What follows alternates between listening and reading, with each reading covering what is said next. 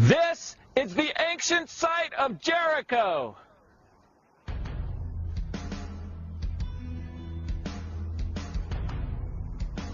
Jericho is where the Bible says the walls came tumbling down. In the 1930s, archaeologist John Garstang dug here, followed by the work of his colleague Kathleen Kenyon in the 1950s.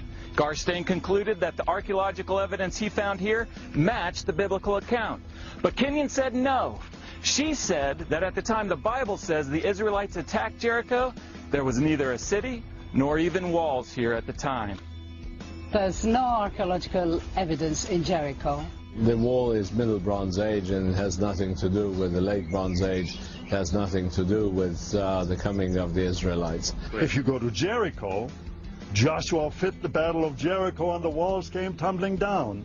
Problem, there's no wall. Who established that dating for Jericho, was it? Kathleen Kenyon, who excavated there. Okay. What you have to do is look at the evidence, analyze the evidence, and come to your conclusion based on the evidence, not what an authority figure says, not what the majority opinion is. You have to just put that out of your mind and just look at the evidence and come to your conclusion based on what the evidence tells you. So is the story of the walls falling down at Jericho history or myth? See for yourselves here on Expedition Bible.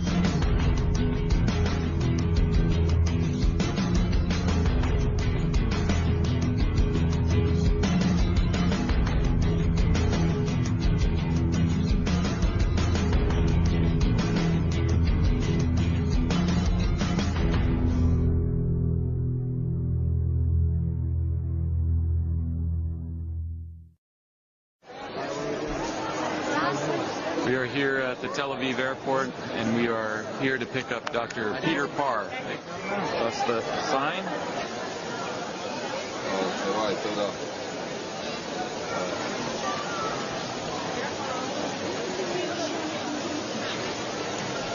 Professor Peter Parr agreed to help us better understand Jericho by returning to the site he helped excavate over 50 years earlier.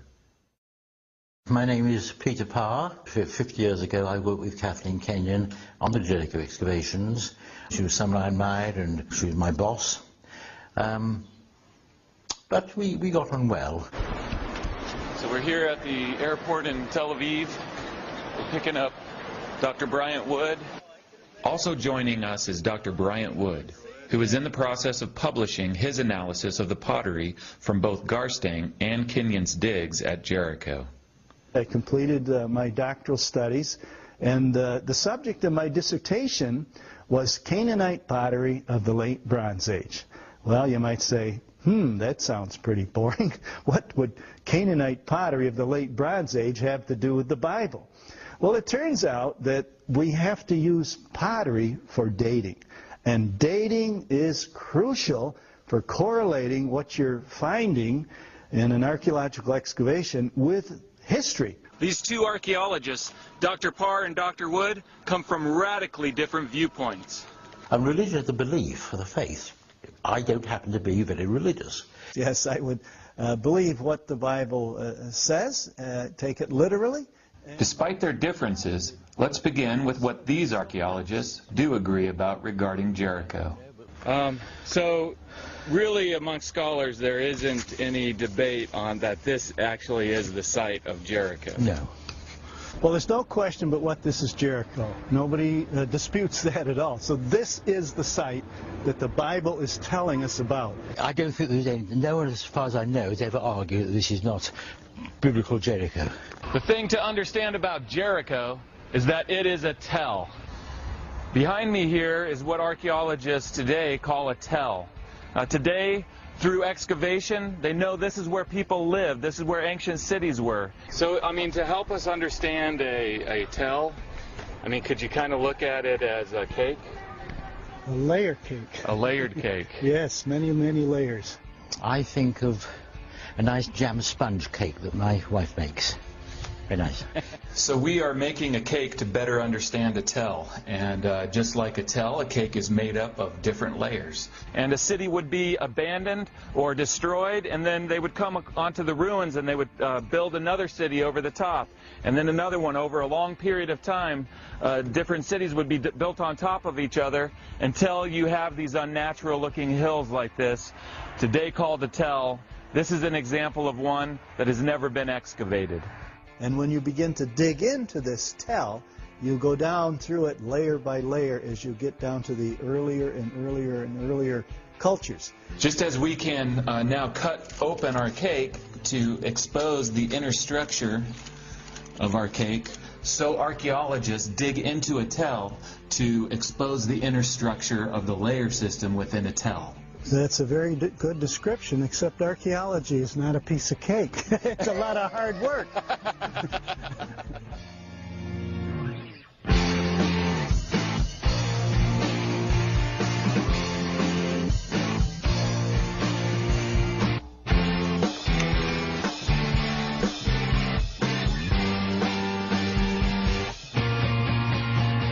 As we excavate the material from the tell, however, it is silent. Very rarely will you find a written document that's going to tell you who lived here, when they lived here, why they abandoned their city, why their city was destroyed.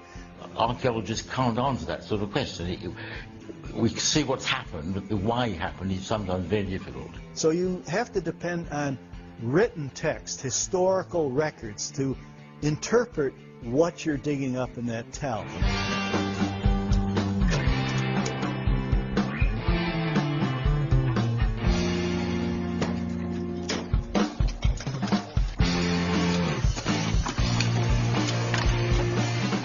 Dr. Randall Price excavates at Qumran, across from cave number 4, where many ancient fragments of Old Testament scrolls were found.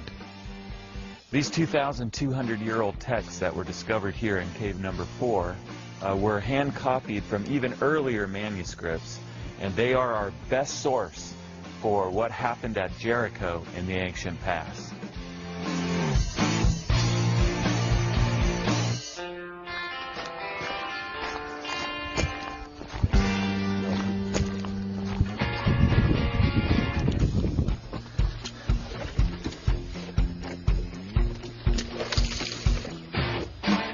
So this is cave number 4. This is cave number 4. Yeah, right out of this very section came sections of the book of Joshua, the sections we have from Qumran. And so how important do you think it is to use the biblical text and the archaeology that's been done at Jericho to interpret what's been found there? Well, it's extremely important because, one, it's an historical document. Really, the only ancient text that you have to work with for here is the biblical text, right? Biblical text, yes, yes. We have no other references to Jericho outside the Bible. And no other Old Testament book has more historical information about Jericho than the book of Joshua. In regards to Jericho, it is important for us to understand that the book of Joshua is our only voice from the ancient past that speaks of what happened there over 3,000 years ago. The Bible's an ancient text, and the book of Joshua is an ancient text, and so we know the story in the book of Joshua is an ancient account.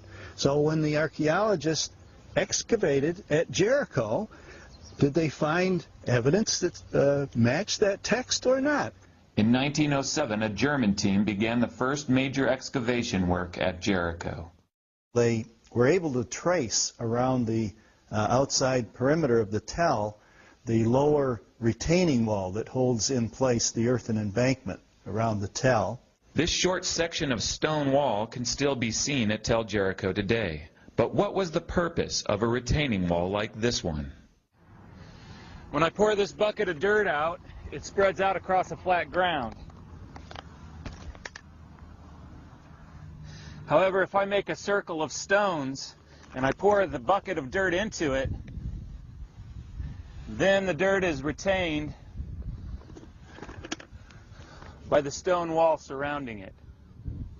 This is the stone retaining wall which held in place the earthen embankment that surrounded the city, and on top of the stone retaining wall was the mud brick wall. On top of this stone foundational retaining wall, there was another wall, the city wall, which was made out of mud bricks. The three teams that dug Jericho were the German team from 1907 to 1909, John Garstang in the 1930s and Kathleen Kenyon in the 1950s. Using the excavation reports from these three digs, we were able to reconstruct what the city of Jericho would have looked like in the time of Joshua.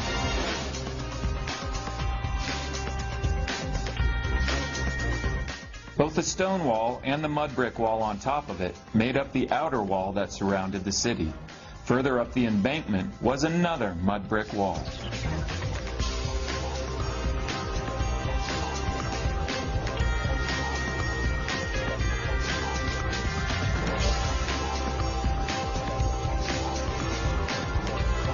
And so as the Israelites were marching on the outside here where we are, this is what they were looking at. This stone-facing wall, this big high mud brick wall, the embankment, another mud brick wall up on top. And so as they marched around, they must have been thinking, how are we going to capture this city? Because it's so strongly fortified. Referring to our ancient text, Joshua 6:20 says that on the seventh day, at the sound of the trumpets, the wall collapsed. And the Bible is very specific in how it describes that event. The Hebrew wording there is the walls takatha, fell beneath themselves. And on the seventh trip around, we're told in the Bible, the mud brick wall collapsed and it fell outward and down to the base of the stone retaining wall. And when the archaeologists dug in this area, they found this pile of mud bricks all the way along the retaining wall. So where I am right now is where the pile of red bricks were found. That's correct. The Germans, Garstang and Kenyon, all found these piles of collapsed mud bricks while excavating at the base of the stone retaining wall. Then she shows that she dug down the side of that, the outside of that revetment wall, and then there were reddish collapsed bricks that she said came from the top of that stone wall. Yes. Which is another reason to suppose that these weren't, there were walls on top. They're not in situ, but the collapsed brick has come down, yes. If you have a brick wall sitting on top of a stone revetment and it falls over, where else can the bricks go? They've got to go to the bottom. And so, with that pile of bricks, what does that tell us? Does that tell us that there was a destruction of the wall? Certainly. It certainly is evidence of that destruction. These fallen bricks from the city wall can be seen in this diagram from Kenyon's excavation report. In her write-up, she makes it clear that it was not the stone retaining wall that fell, but rather the mud brick wall that once stood on top of it. And so she writes that up in her report, that here we have a collapsed city wall. And here's the evidence for it. The archaeological understanding of how the walls of Jericho fell matches well with the ancient description of the wall falling beneath itself. This find of a collapsed city wall found here at Jericho is unique in archaeology. At no other site have we found evidence for a city wall that has fallen down. Yes, there were remains of the mud brick that had fallen down. I mean, that wall came tumbling down. So the Bible says that the wall came tumbling down. The archaeologists then came and dug Jericho, and what did they find? They found a collapsed city wall. This fits perfectly with the description from the ancient text. And when you have that text, and you have the archaeology, and you can fit them together, then you have the evidence from both sides, the literary evidence and the actual physical evidence from what the Bible is talking about. Another interesting detail regarding the walls of Jericho is found in Joshua 6:20. It says that after the walls collapsed, the Israelites went up into the city. Kenyon's excavation report shows that the pile of fallen mud bricks could have been used as a ramp by the charging Israelites.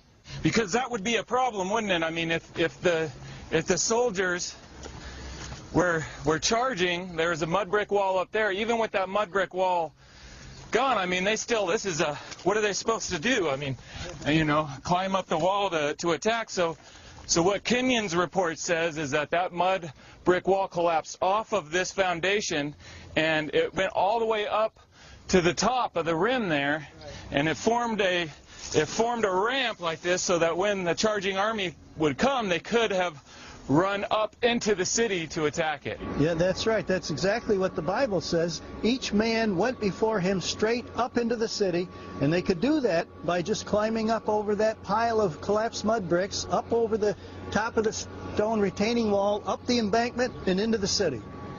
Joshua 6:24 then tells us that the Israelites burned the whole city and everything in it.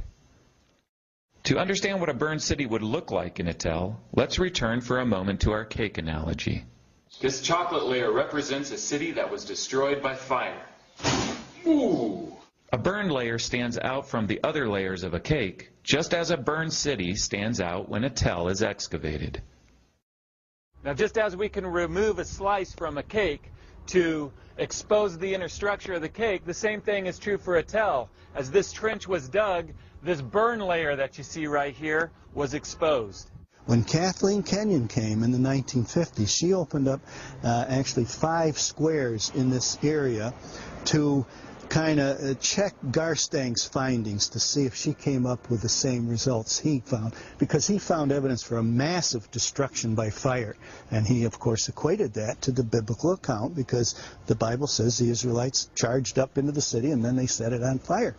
So she opened up these squares, and she found exactly the same sequence that Garstang had found. Vast destruction layer, about 3 feet thick of destruction debris, ash, collapsed roof timbers, and all kinds of things. Now in this burn layer, both Garstang and Kenyon found room after room of large storage jars that were full of grain, and all of it was burned. Domestic structures had been violently destroyed. There were storage jars full of grain that had all been burnt. Yes, the burnt wheat found there at Jericho is very important because it ties in with our biblical story. Joshua 3:15 tells us that when the Israelites crossed the Jordan, it was at flood stage because it was during harvest time. And we see in Joshua 5:10 that after crossing the Jordan River, the Israelites celebrated the Passover. It tells us in the Bible, when the Israelites crossed the Jordan River, it was at flood stage because it was harvest time. Well, in the southern Jordan Valley, harvest time is in the spring of the year. Would you agree with some of Wood's arguments as far as the wheat that was found there, that it at least tells us some basic information as far as what time of year the city was destroyed? Yes, his assumptions, I think, are reasonable. Those containers, those pots were full of grain. Therefore, they must have been filled fairly soon after the harvest.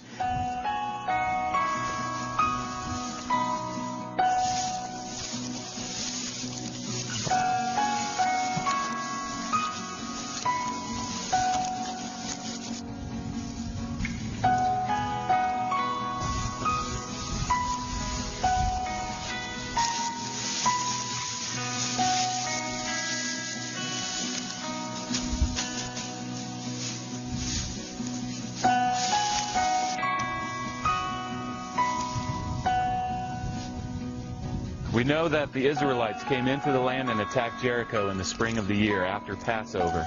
And that's the same time of year as it is right now in Israel. All over Israel, they're celebrating Passover, and the people are bringing the wheat harvest in from the fields. And so we know both agriculturally and archaeologically that Jericho was attacked after the wheat harvest had been taken in.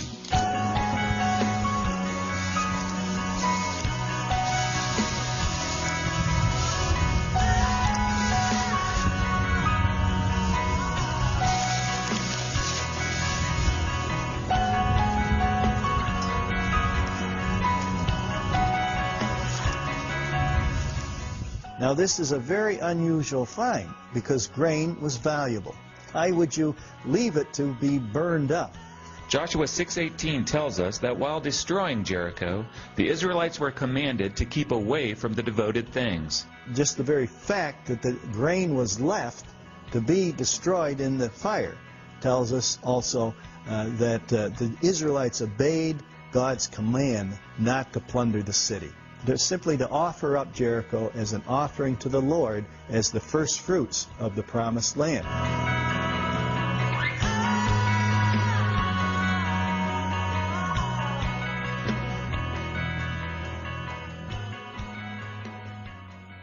The basic sequence of events found in the Bible describing Jericho matched the layer sequence the archaeologists found in the tell. And in fact, Kathleen Kenyon introduced what we call the stratigraphic method of excavation here at Jericho, where you just peel down the layers, layer by layer, and you, in particular, analyze the vertical sides of the trench or the square that you're digging, and you draw it, you photograph it, because in the vertical trench you have a sequence of the events that have taken place as they're preserved in the earth layers. And she said the evidence here shows that the walls collapsed first, the earthquake happened first, and then the fire happened. That's exactly what the Bible says. The walls came down as the Israelites were marching around that seventh day. They went up into the city, then they set it on fire. Earthquake, fire. And she said, that's the sequence I have found here. In Joshua 6:26, Joshua said, "Cursed before the Lord is the man who undertakes to rebuild this city Jericho."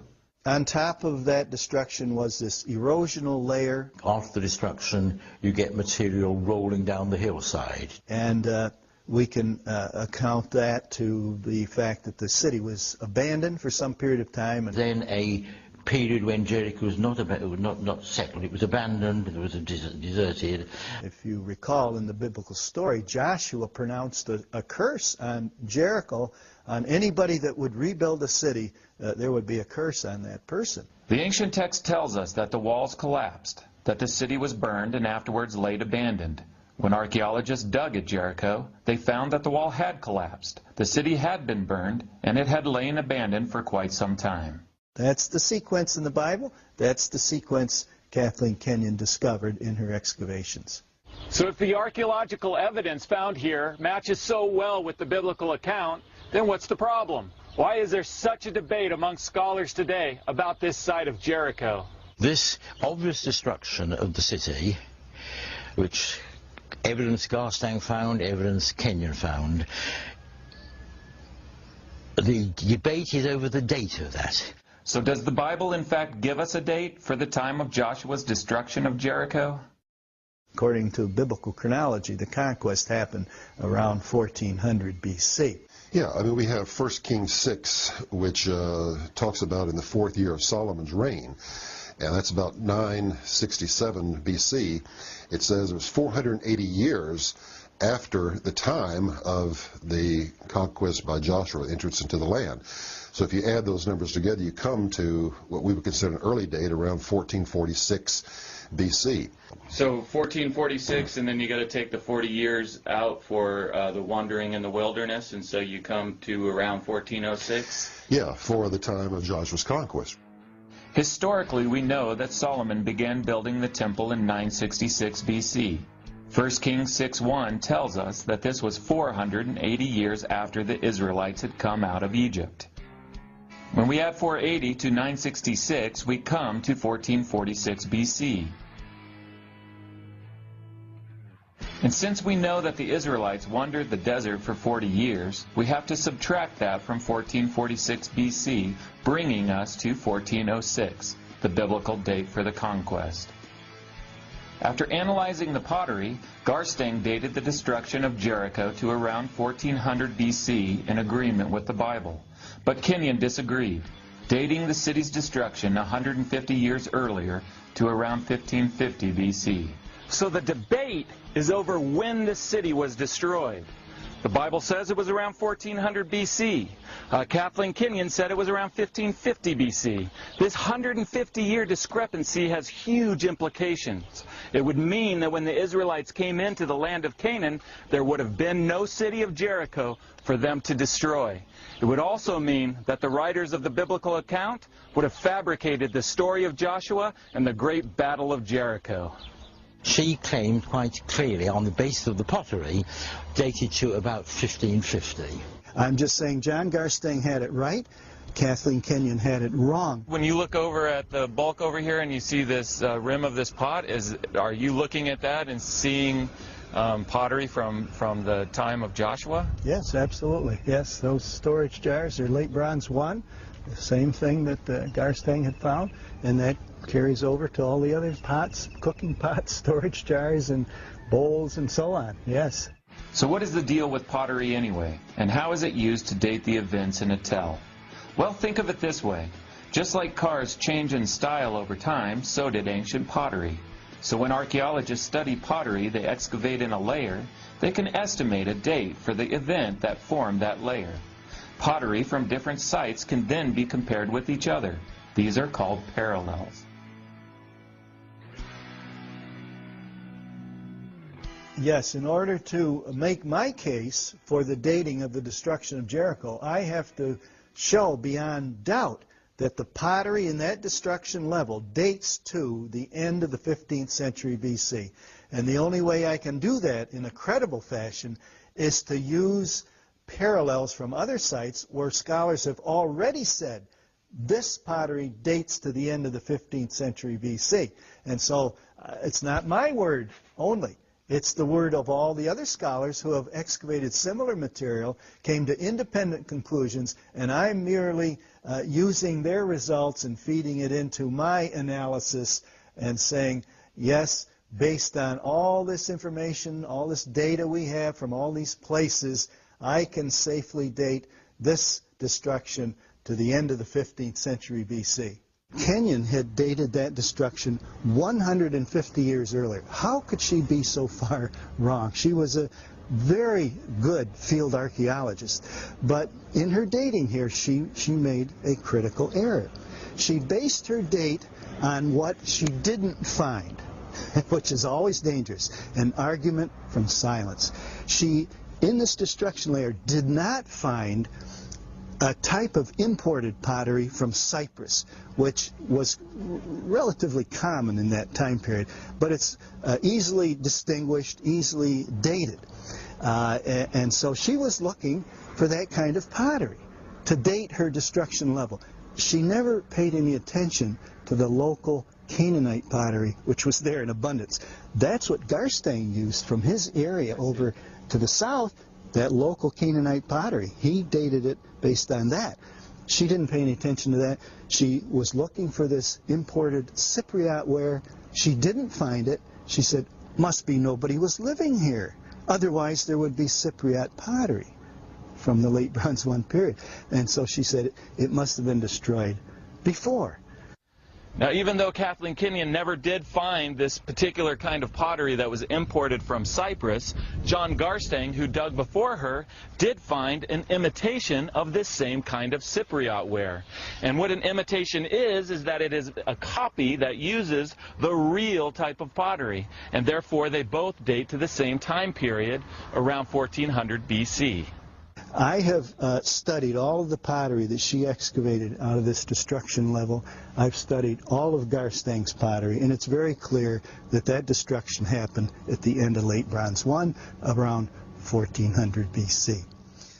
Well, I think the strongest part of the argument was the question of pottery, where he said that the pottery that was found from the destruction, associated with the destruction, in view of the parallels he found at other sites, was to be dated close to 1400 and 1550.